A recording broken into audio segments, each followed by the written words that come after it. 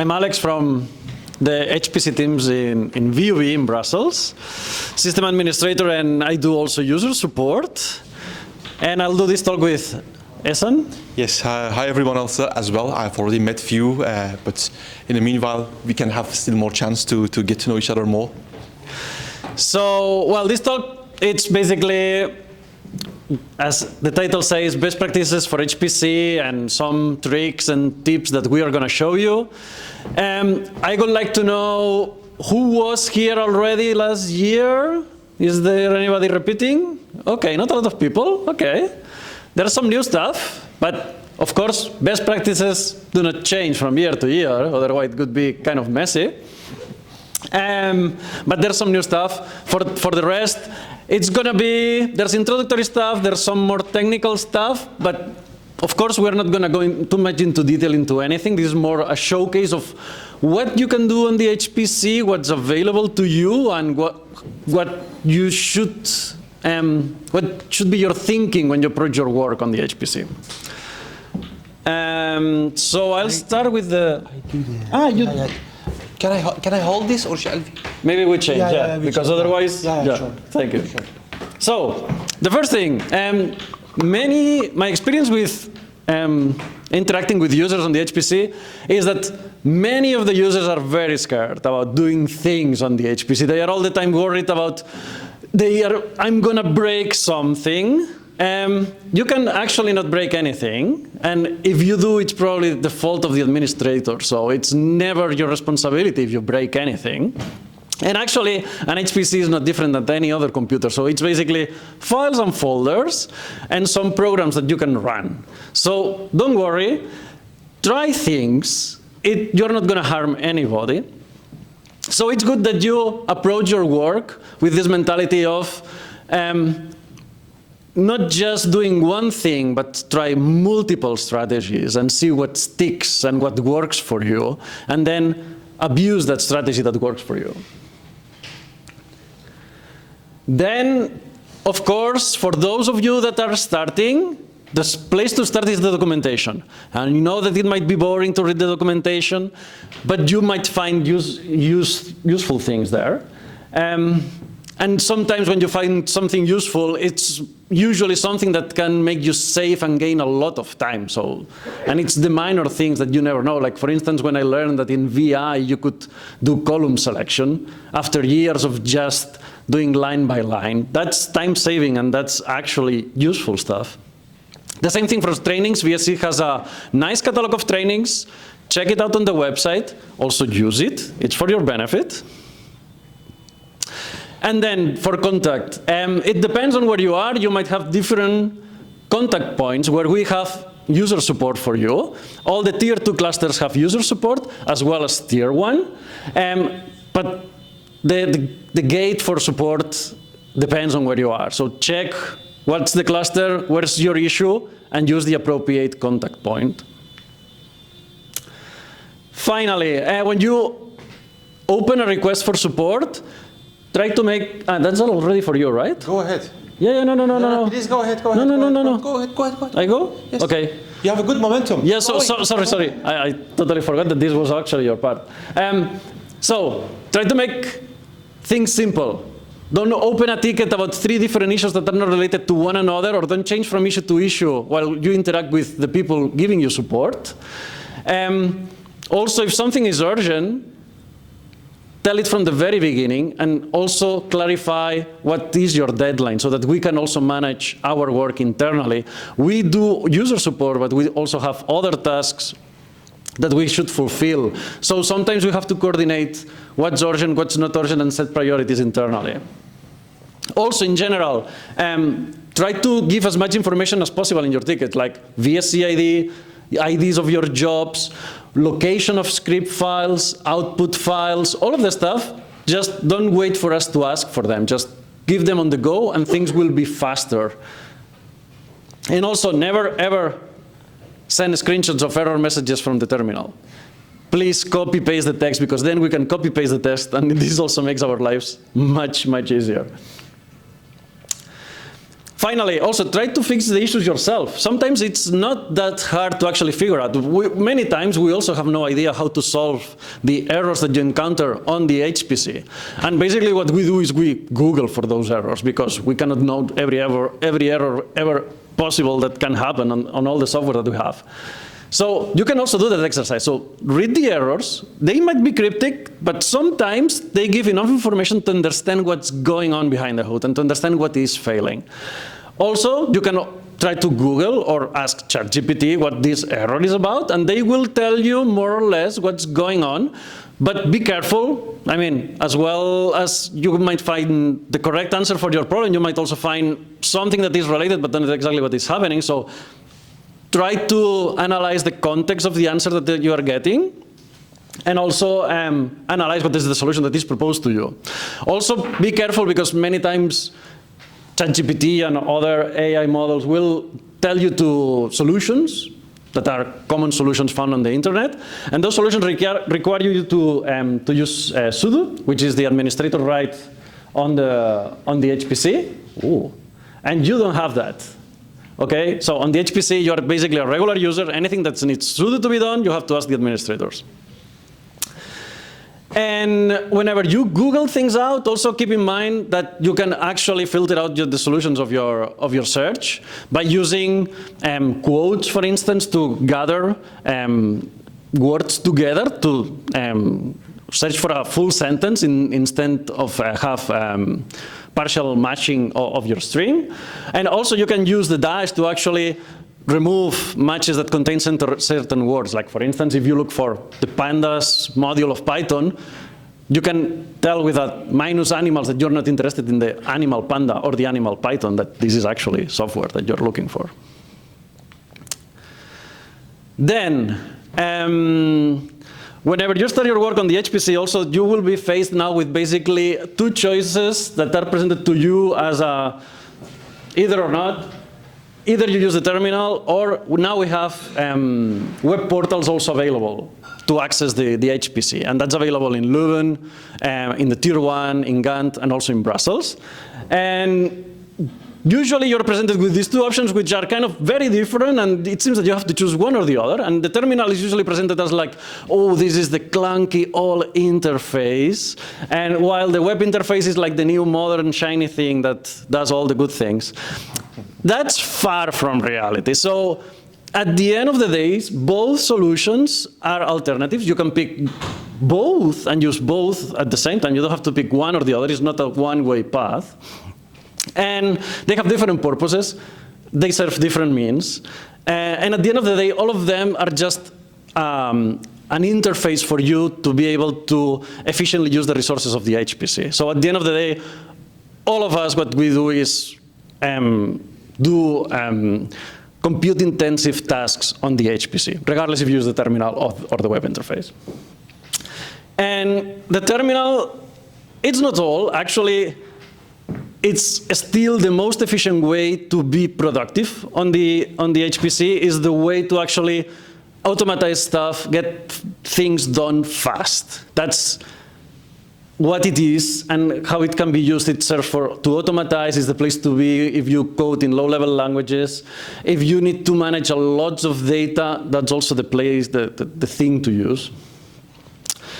And the web interface is also very useful, but that has other purposes, like to visualize data, to actually use graphical applications. All that graphical element that it's missing on the terminal, it's available on the web interface. Also to do high-level development, like with languages like Python, R, MATLAB. Also the web interface is much more suited to it because it has interfaces, graphical interfaces that are adapted to those languages. And also for small data transfers and management of data at small scale is also very useful. So when you start on the HPC, what you have to think about also is, it's good that you have a phase, a preliminary phase, where you think and plan what you will do on the HPC before you start your project. And if you have already started, so like, or some of you that have already done your presentations about research done on the HPC, that still applies, because sometimes you get caught in the loop of doing calculations on the HPC and not thinking about, well, what's gonna happen in 3 months' time or in 6 months' time. So it's good that you do this exercise about thinking, what resources do you need? What data will I need? What's the software that I will need? What will happen when these calculations work? What will happen if they do not work? And do a bit of planning of what will happen in the next months. And that depends on the type of thing that you are going to do. So you have to think, for instance, what kind of program are you going to run? So for instance, if your program is one of those programs that can actually parallelize on its own and use multiple nodes at the same time, and that applies typically to all the software that uses MPI. But nowadays it's other kinds of programs, like for instance, PyTorch is also falls in this category, like because PyTorch can parallelize on its own and use multiple GPUs on multiple nodes, for instance. Then you don't have to just think about, are my CPUs strong enough? Are my GPUs strong enough? How many will I use? You also have to think a bit about what's the network connecting those nodes, because you will use multiple ones. Then the network of the cluster becomes important. Also about the storage, you have to start thinking about, well, I'm using multiple nodes. I need a storage that is available on all the nodes at the same time. So you need a cluster with a fast shared storage.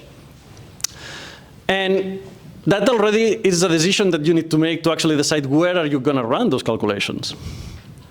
The same happens for the opposite approach, like opposite in the terms of scalability, like the embarrassingly parallel approaches, where basically you have a lot of little tasks, and then you use some kind of workflow manager that allows you to submit all those thousands of little tasks distributed across the cluster. That's different because there, the network is less of an issue. There's no communication between the nodes during your calculation, apart from coordinating, well, what has started, what has finished, and not more than that. But also you're limited because then usually you use software or programs that cannot parallelize very much, basically using some cores in the same node. Then you also need to be aware that there are all these different tools like new parallel workers, NegMake, Nextflow, all these workflow managers that are very useful for this task. But that also mean that you have to learn how to use them. So that's extra time if you're starting that you will need to invest. Also, they come with their own limitations and restrictions that you also should know beforehand. Also, managing data might be troublesome because then you have thousands of little jobs that have created thousands of little or big output files. Then you need to put extra attention on how to organize that data, folder structure, maybe use a hierarchical data format to avoid overloading the file structure of the system. And also how to process them, because now you have thousands of files with data in them, and you have to analyze that. Not trivial. That's also time that you have to reserve for that task. Then we have also all the bioinformaticians doing, for instance, genomics. And in that case, the issue might be something different. They usually rely on databases, and those databases might be just, it's called a database, but might be just a file on the file system, like a big file. And then you need fast read access to that file. That's something special, that then you need to consider the storage options in your cluster, put that file somewhere, maybe you need to do that. Your jobs need to handle that database before the actual computing of the data starts, so that data is pre-fetched into your job somehow. So, also, the bioinformatician pipelines are usually composed by many software packages that are different, like they might contain hundreds of software packages. Our support teams might need time to actually do those installations because hundreds of packages means hundreds of different versions that they need to be coordinated, check compatibilities, tested. That's work. So if you need to request that kinds of installations, keep in mind that those might take longer time than regular software installations. And also, jobs on GPUs. Also, jobs on GPUs have more or less the same trouble, that you need special software to actually leverage the hardware of the GPUs. You need software that is either compatible with CUDA or ROCm, depending if you're using NVIDIA or AMD GPUs. That also needs an extra installation, so the support team needs extra time to handle that. Keep in mind also in that case that your jobs are more or less not different than a regular job, just that you are using GPUs, but GPUs are more scarce than CPUs. So it's good if you also plan how much GPUs you will need, because then you might consider going to tier 1 if you really need a lot of them, because tier 2 clusters usually have very limited amount of GPUs. And also keep in mind that, for instance, here it's very useful to use the web interface, because then you can use nice tooling that allows you to monitor the use of the GPUs on real time, like 1DB and Neptune.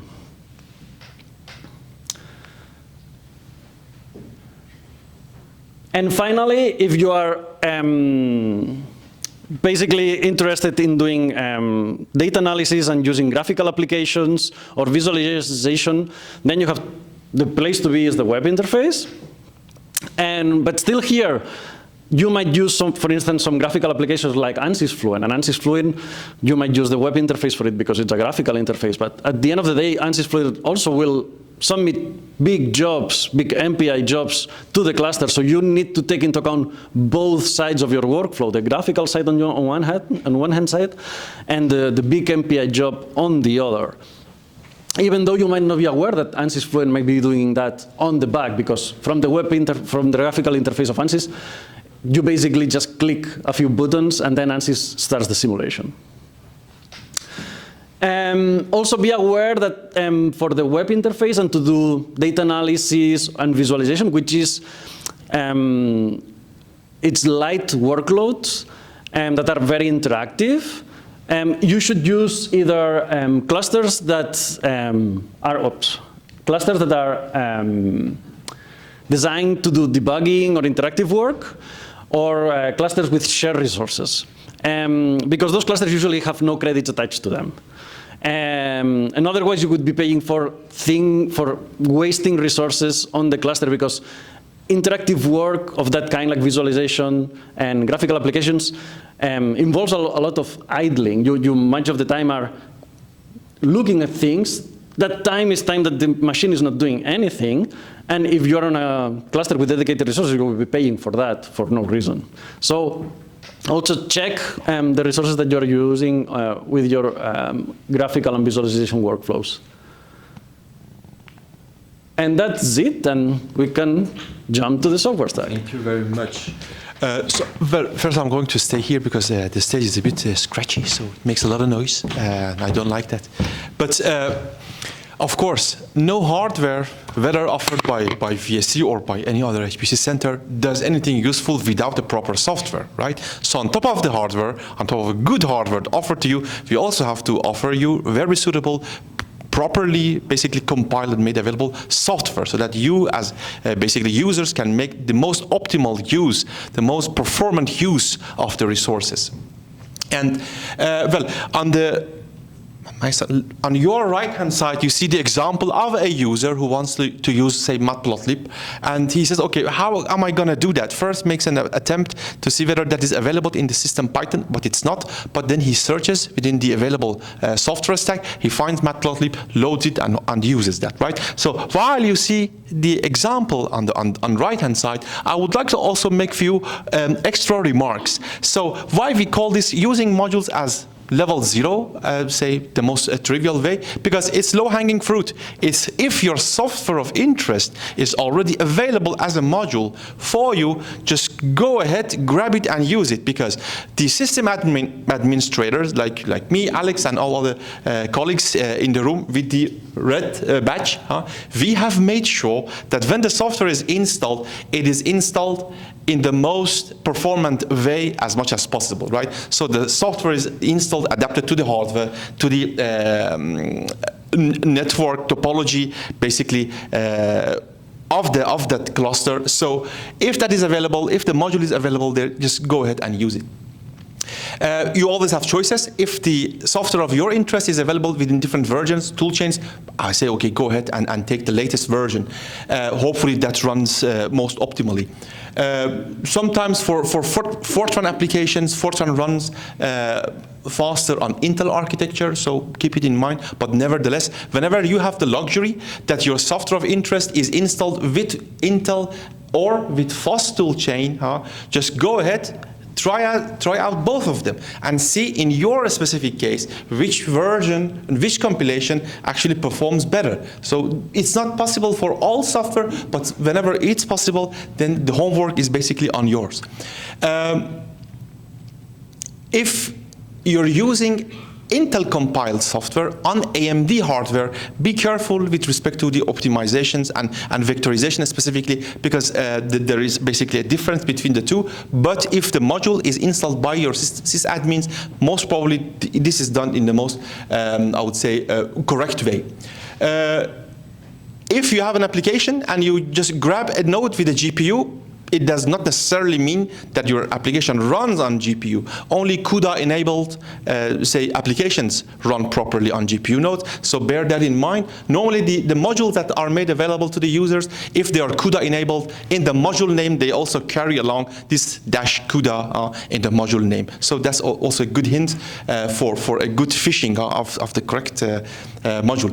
So, using modules is also interesting for reproducing your work. You specify the full module name, like in this case, Python is given as an example. You always please specify the full module name, but that ensures that later on, in 6 months' time, if you come back and want to repeat your experiment and maybe add an extra data point to your plots, then you can do that, actually. Science is all about reproducibility, right? And honesty, so this helps you. Whenever you need to combine multiple modules at the same time, the module system allows you to do that. But you have to be consistent. If you stay basically to using Intel compiled software, stay with that. And if you use FOSS, stay with that. But never please mix the two. Otherwise you most probably will get conflicts between these underlying dependencies that also get loaded in your environment. However, compiled modules from source are very architecture and operating system dependent, which means they are not really portable.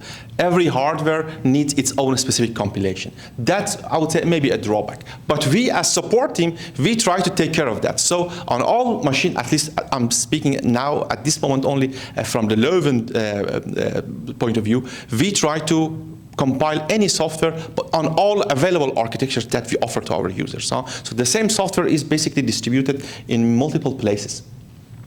The level 1 will be maybe using Conda environments. And why do we call it, say, level 1? Because now it's user stepping in and trying to take care of himself or herself, right? So you need a specific environment which is not available anymore as an existing module, or maybe your software of interest is available as a module, but it's an older version. The newer version takes a long time until it's ready and be delivered to you. So we say, I can't wait. Let me just maybe create a Conda environment with my PyTorch GPU in it and additional packages and basically go ahead. So while in the example on the right-hand side, you see a user installing Conda and also his own,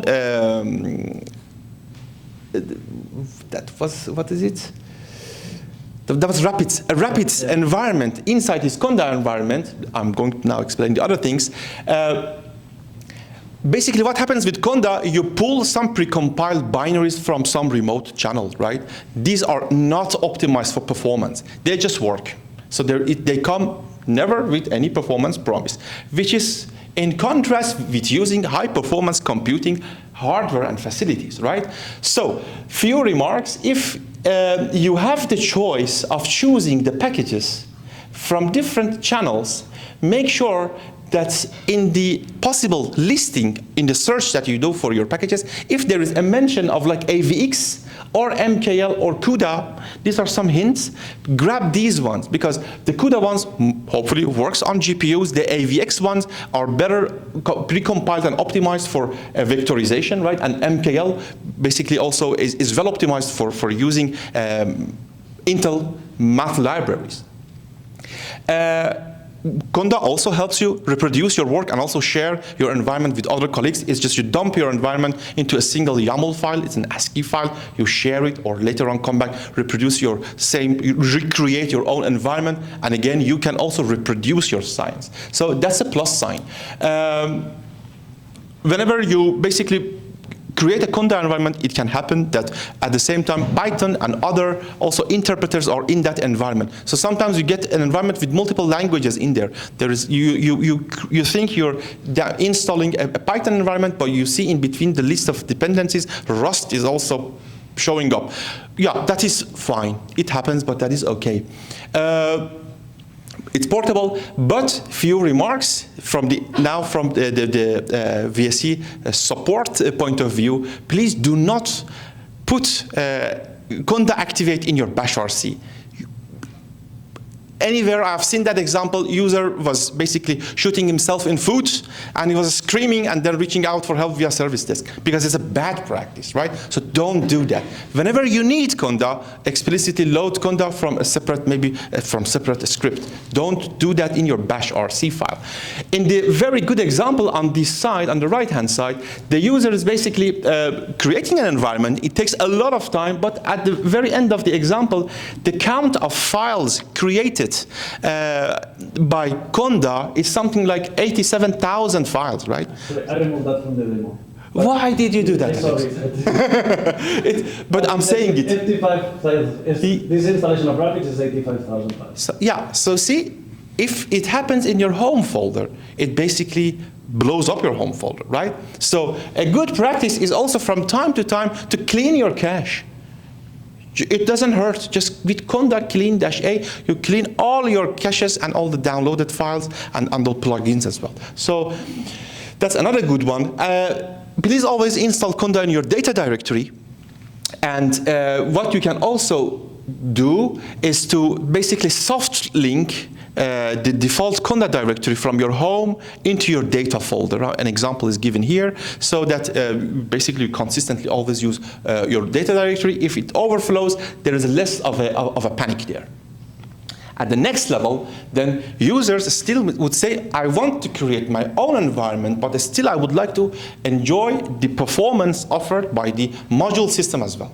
Now, what you can do for Python users, for R users, or for Julia users, you can basically build on top of existing module system your own environment. So again, an example is given on the right-hand side. You see that the user is first loading PyTorch. It's good practice by providing the full version name, right? Loading the CUDA-enabled PyTorch module. Then he creates a virtual environment and specifies VSC data as the correct path to dump the environment, right? Then the user enables the environment, activates the environment, and from now on you can just pip install whatever you want. With pip install, also beware that sometimes under the hood some compilation from source happens. So you are installing, if you do pip install, then again your architecture dependent, which means if you install your environment, virtual environment on one specific architecture, maybe you can't use it on another one. Be careful. Not on another VSC cluster. And in practice, what the user does, in a JavaScript, right, this in the actual part of the JavaScript where the good things happen, the user again loads the same PyTorch module that he used to create the environment, enables the same or activates the same virtual environment, and basically runs his script. In that way, on top of the module system, you have also installed your own customized, your own tailored environment for yourself. The same also for R users, but yeah, for R, you also have to take care of everything yourself. R also builds the environments from source. For Julia, you also can specify this hashing mechanism that Julia basically offers. You know from which specific commit you build your environment, so it also helps with reproducing your science. This sort of user-defined environment is not very flexible because as I said, it's bound to very specific module that you choose to build up your environment upon, and also to the hardware that you did the installation, right? So the little room to move around if you want to repeat the same environment but on a different cluster, VSC cluster, or within the same cluster on a different generation of nodes, you have to just keep repeating this process. Huh? You have the recipe, you just have to repeat it, put it in a different directory with the correct, with a proper name. Again, as few rule of thumb, some advice, don't automatically try to enable your environment in your bash RC. It's a bad practice, you will suffer yourself. And try to use VSC data for storing your environment. For Python users, you just basically create your virtual environment with the -m venv. It's a native machinery within standard Python library itself. For our users, you can also redirect the path where your own customized libraries are by defining this environment variable r_libs_user. And for Julia users as well, you can also redirect your default .julia folder to somewhere in your VSC data and soft link it. Yes. What can go wrong if you put it in your bash or CR script? Yeah, so, for example, in Leuven, we have some commands, facility commands for our users that are also written in Python. And they use different versions of libraries. Huh? So if you automatically, every time that you log in, you also load your own specific Python environment, but you still want to use some accounting commands that are also written by us in Python, things crash. It doesn't work, right? So that's a simple example. Then we're now at the level 3. So that's really for the black belt users. And this is for the case where a daring user, for whatever reason, decides to compile the code from source for himself. This is also, I have seen cases that users work with closed source software. They don't allow us to even install them in a specific location and close it down. They say, no, it should go into my own account. Say, okay, fine, no problem. Then we have to build from source. Like in the example given on the right-hand side, a user is basically compiling a software. It's a Rust. It's written in Rust, so it's compiling from source, and eventually he sees that at the end of the day, some vectorization is also automatically enabled, so that's properly compiled software. In that case, there are few remarks. First, know your hardware that you're going to work on, know your software. Sometimes in a lot of software, the very performance critical compiler flags are hard-coded. Go ahead and find them, especially if you're compiling with Intel compilers on AMD hardware. In that case, make sure that somewhere in these make files, there is no mention of mark native or xhost, because then things go wrong. Intel compilers on AMD hardware, they don't match very well, right? So then the software basically can't do the default expected AVX 512 instructions, and it falls back to SSE2, which means that was a technology of 25 years ago. Basically, you kill performance, right? So instead, make sure that you just, for example, on AMD hardware, you specify AVX2, right?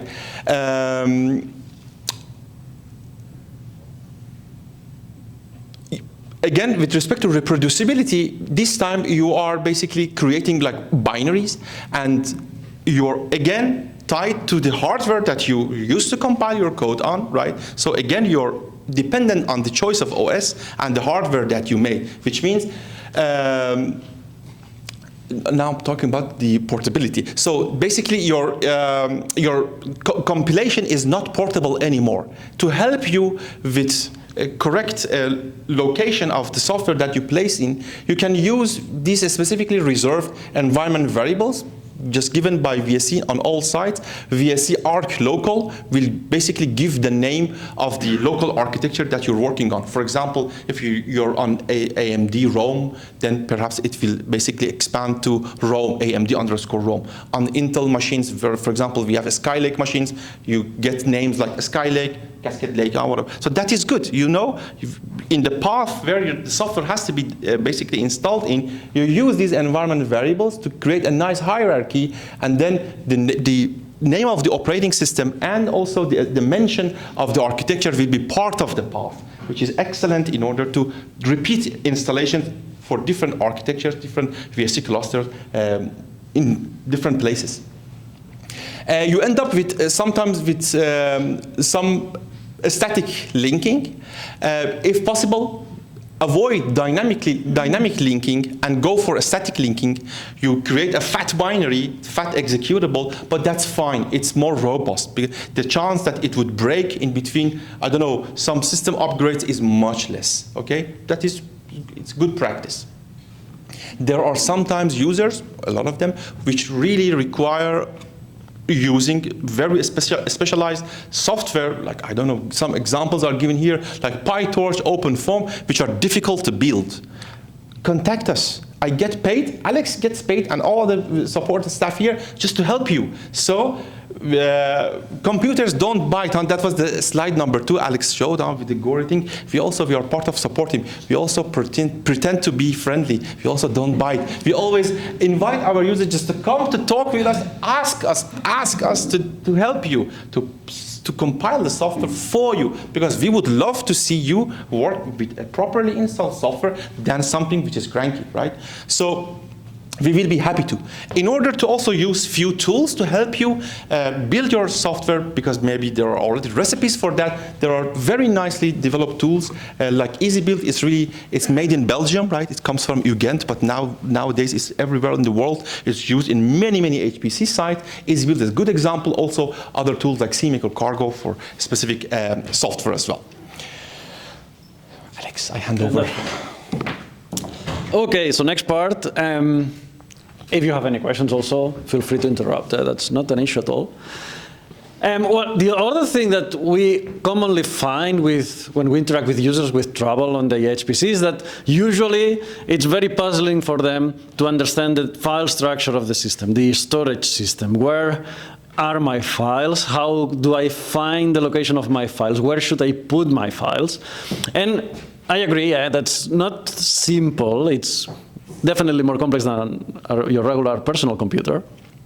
So we have different storage systems with different technical capabilities depending on the purpose of that storage system. So basically what we have is the VSC Home is a regular file system that it's on purpose limited in size because it's only meant to hold your configuration files and basically what you need to log into the system, nothing else. Then all your data should go to VSC data. That's a storage system that will have protections for data loss and a lot of redundancy. So it's the most reliable system that you can find in the cluster. However, it will not be the fastest because, of course, reliability comes at a price. So usually that's performance. If you want speed, your job should use the storage on the scratch. And that's the fastest storage. It's designed to be fast. However, of course, it's not the more reliable. So for instance, there might not be backups of the data you put on your scratch storage. And for instance, in Leuven, your data, it's deleted from time to time on the scratch. So it's designed and built to actually be used by jobs, nothing else. But you get the best performance. Also check the quotas of your storage because that depends from site to site. So for instance, VSC data and VSC Home are determined by your home institution, but the scratch is local to each cluster. That's why it's the fastest also because it's physically close to the compute nodes. And that depends on from site to site. So check wherever you are, those limits. Oh, this is not the, wait. This is not the last version. No, Gerjan had pulled it last evening from the SharePoint. Ah. Because my laptop, I couldn't plug in my laptop, right? Ah, okay, but it's in the, okay. Well, this is not the last version of my slide, but nonetheless, it's more or less like this. So, sorry for the draft. So, another thing that you should take into account is how do you manage your data in your job? So that the initial approach is that I put my data in VSC data and then I don't do anything. That's okay. It's not going to be the most efficient way to do things. Also, you should put some time into organizing your data, like knowing where your data is, have a defined folder structure. Don't put a million files in a single folder. Put some structure in that.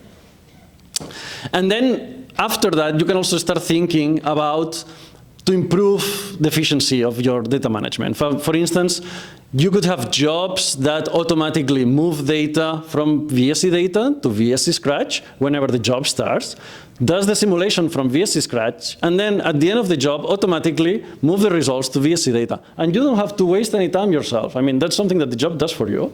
You just need to code a few lines on your jobs, like for instance, using rsync to move data from a data dir in VSC data to the work dir in VSC Scratch. Then you run your application from the data in VSC Scratch, and then at the end you just do a copy of whatever you want to save to VSC data. It's 3 lines of code that you need, and then you can forget about that for the rest of the job. And then to even improve further, if you really need high I/O and your application is really dependent on the speed to the storage, you can even use the RAM memory of the node as storage. You basically need to consider that whatever RAM memory you request for your job, it should be sufficient to put the data in it, the data files in it, and then you can use what the folder under the /dev and /shm, and that folder, even though it's a folder in the file system, that actually sits in the RAM memory of the node, which is orders of magnitude faster than any storage that you can get. The only limitation is that the amount of memory in a node is much smaller than what you have in storage. So you might not be able to actually use it for all your different tasks. So it's a specific solution for a specific problem. But if you really need high I/O and not a lot of space, that's the way to go. And then also keep in mind that number of files matters as well. So what I said before, that don't put all your files in a single folder. If you do that, at the end of the day, what happens is that any command, any process that has to go through that folder for any reason will take orders of magnitude more time to actually process that data because it has to go through all the files in that. In that case, try to put your files in subfolders with a rule of thumb of 1,000 files per subfolder. That's a good approach. Also, you can try to pack the folders together in tarballs. That's with the tar command, which is available in all Linux systems. Check the manual of tar, it's easy to use. And also, the more sophisticated solution is to actually use a hierarchical data format like HDF. That's a kind of a database in a file. And then in that case, you might need a specific, you need to learn how to use it because it has a special interface. But it has bindings for Python, R, all software, so it's very ubiquitous. Finally, if you need to move data in and out of the cluster, use Globus. Like, that's the default option, that's the fastest option. We have a specific hardware on the clusters that act as the endpoints of Globus in the Globus network. So that's a specific hardware dedicated to actually move data in and out of the cluster. It's faster than using rsync or any WinSCP or SCP commands, wherever. And you can actually do everything. You can move data in and out as a single action. You can actually program recurrent syncs. It's very flexible. And that's for you. Yeah, no, I have one. Oh, yes, I need the other one. I need the other one. But I think in favor of time, how much time do we have left? 10 minutes. 10 minutes. Let me skip a few slides. We have a million slides to tell. There's so much to really tell our good users, but let me, in favor of time, basically move on. Well, the message in these few slides that I'm skipping is that basically Bash is your friend. The more bashy you get, the better basically your workflow would look like. Just don't get intimidated. Try to, but the slides, you will get the slides, of course, right? So don't worry about these. But I think, Alex, we better move on a little bit towards the end, where you also have more nice slides there. So, but there is this one, I'd like to mention that. There are some boring tasks maybe involved in your workflow that you want to basically delegate. To whom? Let's wait. But these maybe would be staging in data, doing some boring post-processing. and then staging out those data, keeping it somewhere until you really want to submit your actual job. Because this might be a major part of your workflow and keeps repeating for the next maybe year of your, I don't know, compute career. Huh? So why not delegating that? And to whom? To a Slurm. So all VSC sites now use a Slurm as the scheduler, right, behind the scenes. A Slurm comes with a very nice facility, a command, call it. It's called scron tab. And it's basically designed for repeated tasks. But what you do, you schedule, you program a repeated task. You will see an example in a little while as a job. Which means when this starts, a job will be submitted at the right time, doing the right thing every day of the week, for example, right? Pull some data for me. So, but you're using compute resources, which means you can define your limits, you can define the resources, the val time per every task that you basically want to carry out.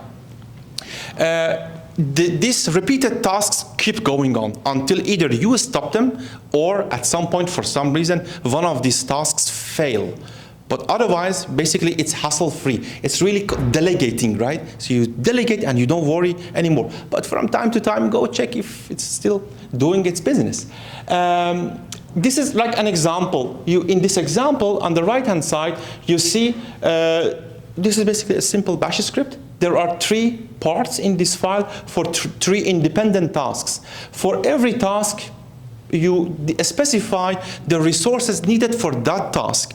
And that is basically done. Different tasks can have different, of course, resources depending on what they need. And let me go a little bit further. Yeah, you use the pound character scron, all capital, as a directive for resources. For example, imagine the first, I call it boring task, is pulling some data. And this has to happen every week. And for that, for example, on 11 clusters, you say, okay, pulling a Genius cluster on the interactive partition, a single task for 4 hours is enough for me. Because then every week, within 4 hours, I can pull the latest version of the data from some remote host. And then every week, a specific command or a specific script is executed for you, which does the right thing, hopefully. That's where you do your job, right, in the script. Then there is another task. The data are there. However, you would like every day to submit one job in order to pre-process them, clean them up, remove the junk, and so on. However, this time, maybe you need 8 tasks and the total of 800 gigabytes of memory, because you're going to basically pre-process images, for example, right? And then, at some point, these task is also done. You say, oh, I have done already some good work. Let me keep it somewhere. Let me immediately remove this pre-processed data to some remote repository. So for that separate part, you say, okay, I need a specific, I need only a single core. Only 30 minutes is enough because I have cleaned up my data now in size. It's much smaller, right? So I can quickly just stage them out. You just push your results, say, to somewhere else, right? So in that way, you can delegate your boring tasks. Furthermore, this one goes on. Yes. The way to start that is using a scron tab as a command. With the scron tab -L, you receive a list of every scheduled task if you already have done that. But if you would like to start a new one or modify existing tasks, you just use -E to go into the edit mode. Basically, your default editor will open, you start putting in whatever you want. As soon as you save the file, a job is submitted. You don't need to do anything.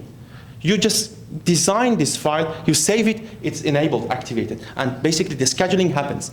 The format, this is maybe the important part for those who are familiar with the cron tab in Linux. It's just a scron tab of a Slurm has totally inherited the same format for specifying like the scheduling of the time. But if you're not familiar, just Google cron tab and it's very easy basically just to schedule it. The rest of the resources also very similar to the jobs that you submit with the run command or a spatch. You specify the same resources. It's just the same basically argument, but only use pound character scron instead of a spatch. Yes, that was it. Alex? Okay, yeah. So that's the... Or, yeah, choose, yeah. So finally, another common question that we get from users is, why is my job taking so long to start? Okay, and for that, one of the main answers, or the common answer, is that, well, jobs basically stay in queue depending on the resources that they request. If your job is going to request a lot of resources, then that's an issue that will make the job wait more in queue. However, optimizing resources is not easy. For instance, adding more cores does not necessarily mean that your job is going to run faster. For that, you need code that can actually parallelize and use multiple cores. Adding more nodes is the same story. To be able to use multi-node, your code needs to be able to synchronize data across the network through the nodes, which means like using API or something like that. GPUs, also, you need specific support for those, like we said before, CUDA, ROCm. And adding more memory also will not make a difference if your job does not need it. I mean, usually memory requirements are based on the amount of data that your job is treating. It does not change depending on how much data you push into the job. Also, another common problem is the oversubscription of cores. For instance, you might have different steps in your job or different pieces of software working together, and each one of them parallelizes. And then you end up with a job with hundreds of processes running on a machine with 30 cores. And this is commonly the case, for instance, with OpenBlast, software that uses OpenBlast, for instance. If it's not properly treated, your program will start one process per job, or one thread per core, and then it will call OpenBlast to the numeric computing, and then OpenBlast will start again one core per thread. So you get n squared threads on your n core machine. And another common case is Python. Python with PyTorch, for instance, you have your script written in Python, and then that script at some point calls PyTorch.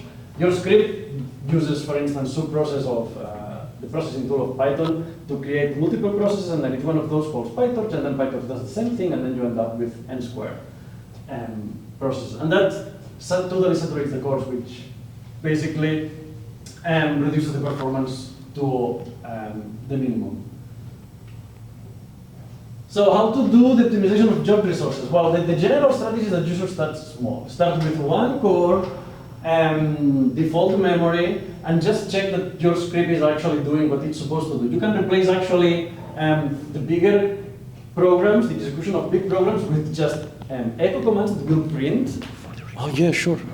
That will print what is happening. And then do a parallelization test where you can check the performance of the script. Here you can start executing actual commands, but use just some cores, not all of them. That depends on what you know that your program is capable of, okay? So you need to actually be aware of what your program can do and also configure that accordingly.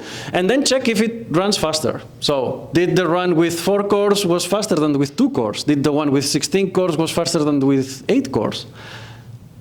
If it does improve, you can keep going and keep adding more cores, up to a point where it will not. Then you might also get some out-of-memory issues, because sometimes the scaling of memory is not linear with the number of cores. It's close, but it depends on the software. If that's the case, increase the memory, and then try again. That's it.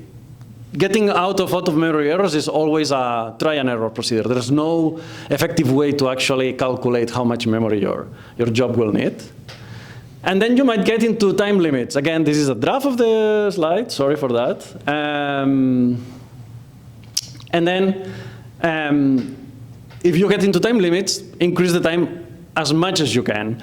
At some point you might get to the limit, because there's a world time limit in all clusters. It's 3 days for tier 1, usually 5 days for tier 2s.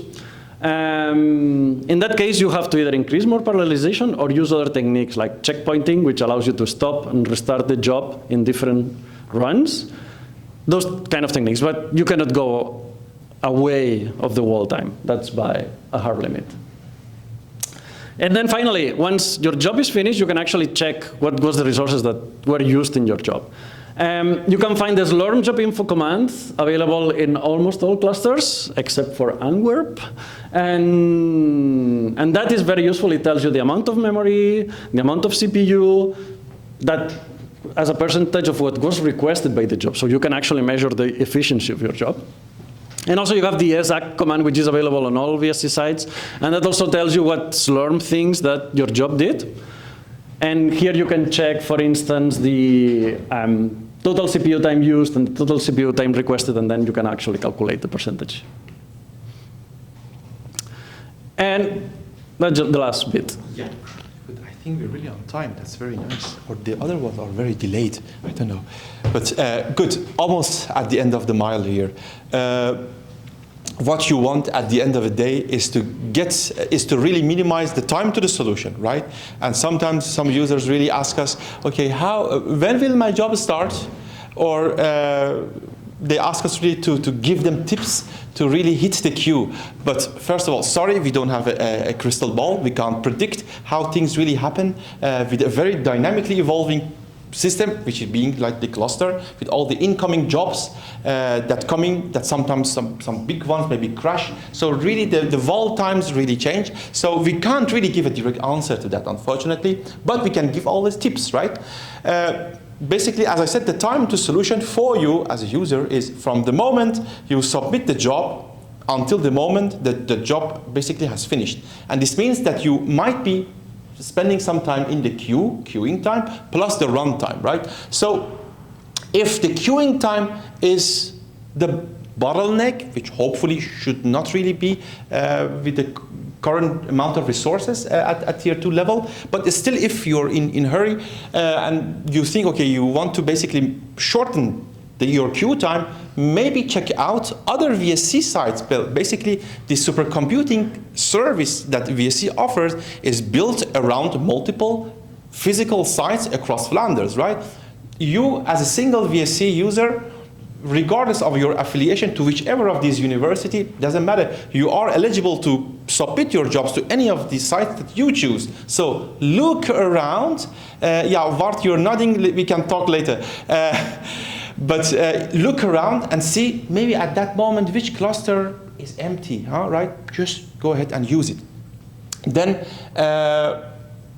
if still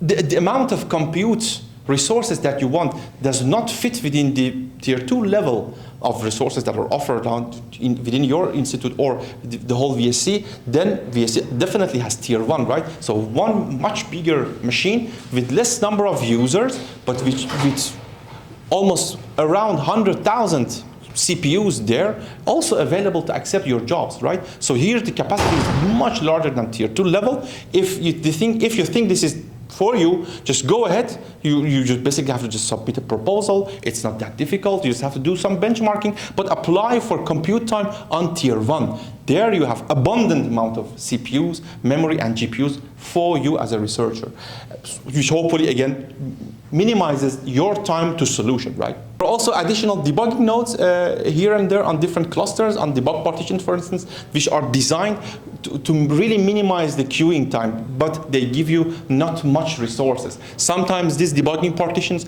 they are oversubscribed, which means, for example, a single physical core can accept up to 2 running threads at the same time. That slows down your whole testing, but again, you can keep going on, right? For example, in Leuven, what we do, we say, okay, no, we don't enable hyper-threading. We still allow only a single process, single thread on a single core, but we limit the maximum wall time a user can use on debugging partition. But the queuing time is really short. You just basically go in the queue, you almost instantly get access to the resources. We also have, for example, interactive jobs.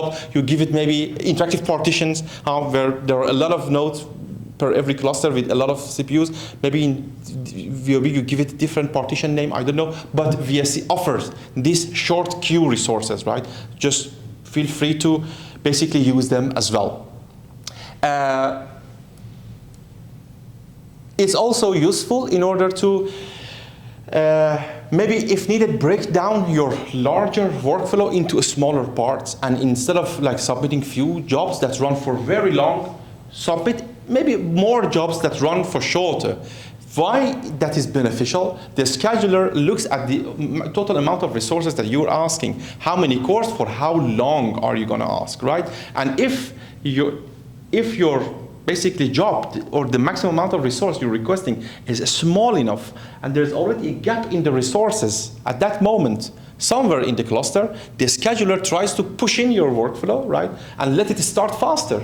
So that is to your benefit. If you can break down your bigger workflow into smaller chunks, go ahead and do it. Again, the time to solution for you will be shortened. And that's it. Basically, yeah, that's it. There are, as Alex also said, there are some useful workflow managers as well available in the market and also offered by VSC, which also can help you maybe break down your whole workflow into a smaller piece, but more manageable way. Again, just in order to shorten your time to the solution. So at the end, so Alex, thank you for the whole thing, and also thank you for listening.